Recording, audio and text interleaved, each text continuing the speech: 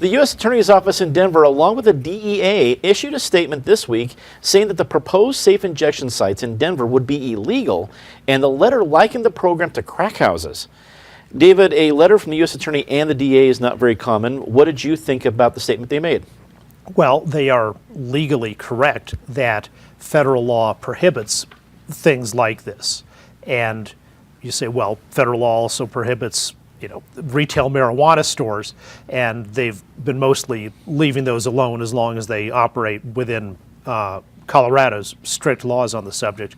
Part of the difference is a United States Attorney General, presumably William Barr coming up, or anyone else who acted against legal marijuana in states would inflict an enormous political price on the administration. Whereas the price of going against safe injection is close to nil, because unlike marijuana users, it's not a real high turnout, large class of voters.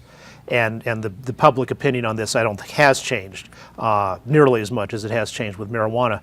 But I also think it's wrong. I mean, there are good pro and con arguments on the subject, but however one resolves those arguments, this is about something that's going to be going on in the city of Denver only by people within the city of Denver. It's not going to be, we're not going to have people driving in from Laramie or Salt Lake City to do it, so it's not really interstate, and that's properly a matter of state and local concern. And this is one of many, many, many examples of how federal criminal law, by a perverse and ridiculous interpretation of the interstate commerce power, interferes way too much in state and local affairs.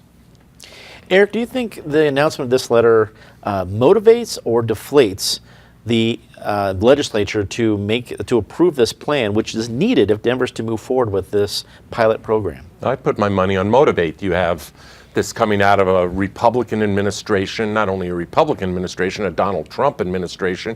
You have a Democratic supermajority for most intents and purposes around the state capitol these days.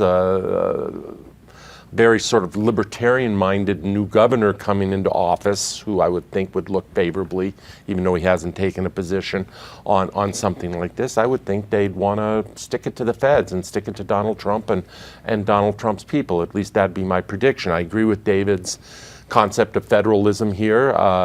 It strikes me that the federal government has enough on its plate these days without perhaps worrying about this issue, but yet it's an easy one for Trump and Trump's people, without getting into the whole marijuana thing and the politics of that, which are becoming increasingly tricky as state after state moves in this direction. But here it's a way to draw a line in the sand and easy politics for them.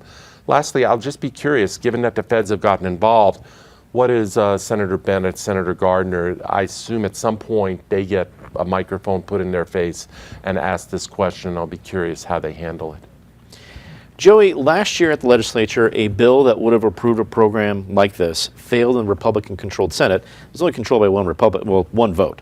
Now it's a Democratic Senate, but are the chances greatly increased of a bill going and actually seeing the light of day and being passed this year? Yeah, I think it's a slam dunk. It nearly passed last year. It had bipartisan support. It was just bottled up in a committee in the Republican-controlled Senate.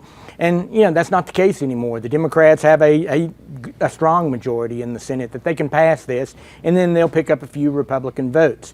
And that has to happen for this Denver plan to go forward. And when that happens, it won't just be Denver. Any city that can demonstrate that they've got a program that's regulated by their local health department and it's a nonprofit or some other entities that's doing it the right way, they can follow suit. And let's keep in mind, Denver will be the first U.S. city to do this, so the Trump administration does have a stake in this. And one thing we know about Donald Trump is he's a counterpuncher, and we're poking a bear. If the Democrats send too strong a partisan signal to Donald Trump, he will push back, and he might push back on marijuana. So be careful what you wish for.